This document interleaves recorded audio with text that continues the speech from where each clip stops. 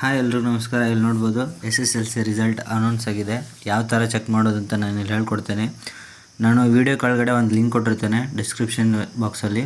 ಆ ಲಿಂಕ್ನ ನೀವು ಕ್ಲಿಕ್ ಮಾಡಿಬಿಟ್ಟು ಓಪನ್ ಮಾಡಿದರೆ ಈ ಪೇಜ್ ಓಪನ್ ಆಗುತ್ತೆ. ಇಲ್ಲೇನು ಮಾಡ್ಬೋದು ಅಂದರೆ ಇವಾಗ ಕ್ಲಿಯರಾಗಿ ಯಾರಿಗೂ ಓಪನ್ ಆಗೋದಿಲ್ಲ, ಲಿಂಕ್ನ ಕ್ಲಿಕ್ ಮಾಡಿ. ಇಲ್ಲಾಂದರೆ ಟೆಲಿಗ್ರಾಮ್ ಗ್ರೂಪಲ್ಲಿ ಬೇರೆ ಅದು ವೆಬ್ಸೈಟ್ ಲಿಂಕ್ ಕರೆಕ್ಟ್ ಕೊಟ್ಟಿರ್ತೇನೆ, ಅಲ್ಲಿ ಜಾಯ್ನ್ ಆಗಿ ಕ್ಲಿಕ್ ಮಾಡ್ಬೋದು. ಫಸ್ಟು ಇಲ್ಲೇನು ಮಾಡ್ಬೋದು ಅಂದರೆ ನಿಮ್ಮ ರಿಜಿಸ್ಟರ್ ನಂಬರ್ನ ಎಂಟರ್ ಮಾಡಿ. ನಿಮ್ಮದು SSLC ರಿಜಿಸ್ಟರ್ ನಂಬರ್ ಕೊಟ್ಟಿರ್ತಾರೆ, ಅಲ್ಲಿ ರಿಜಿಸ್ಟರ್ ನಂಬರ್ ಅಂತ ಇರುತ್ತೆ. ಆ ರಿಜಿಸ್ಟರ್ ನಂಬರ್ ಎಂಟರ್ ಮಾಡಿ ಆ್ಯಂಡ್ ನಿಮ್ಮ ಡೇಟ್ ಆಫ್ ಬರ್ತ್ ಎಂಟರ್ ಮಾಡಿ ಸಬ್ಮಿಟ್ ಅಂತ ಕೊಡಿ.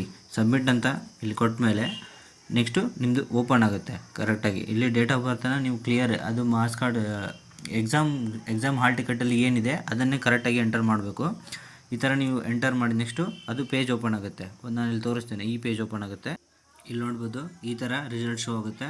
ಇಲ್ಲಿ ನಿಮಗೆ ಗ್ರೇಡ್ ಅಥವಾ ಫೇಲ್ ಆಗಿದ್ದ ಪಾಸ್ ಆಗಿದ್ದ ಏನೇ ಬರಲಿ ಚಿಲ್ಲಾಗಿರಿ, ಒಟ್ಟು ಆಗಿದ್ದಾಗಲಿ. ರಿವ್ಯಾಲ್ಯೂಷನ್ ಕೂಡ ಅಪ್ಲೈ ಮಾಡೋರು ನಿಮಗೆ ರಿವ್ಯಾಲ್ಯೂಷನ್ ಯಾವ ಥರ ಅಪ್ಲೈ ಮಾಡಬೇಕಂತ ಬೇಕಿದ್ದರೆ ವೀಡಿಯೋಗಳಿಗೆ ಕಮೆಂಟ್ ಮಾಡಿ, ನಾನು ನಿಮಗೆ ತಿಳಿಸ್ಕೊಡ್ತೇನೆ ಯಾವ ಥರ ಅಪ್ಲೈ ಮಾಡೋದು ಅಂತ. ಏನಾದರೂ ಡೌಟ್ ಇದ್ದರೆ ಟೆಲಿಗ್ರಾಮಲ್ಲಿ ಜಾಯ್ನ್ ಆಗಿ, ಏನಾದರೂ ಡೌಟ್ ಇದ್ದರೆ ಅಲ್ಲಿ ಕಮೆಂಟ್ ಮಾಡ್ಬೋದು, ಮೆಸೇಜ್ ಮಾಡಿ. ನಾನು ಅಲ್ಲಿ ನಿಮಗೆ ಸೊಲ್ಯೂಷನ್ ನಾನು ತಿಳಿಸ್ಕೊಡ್ತೇನೆ.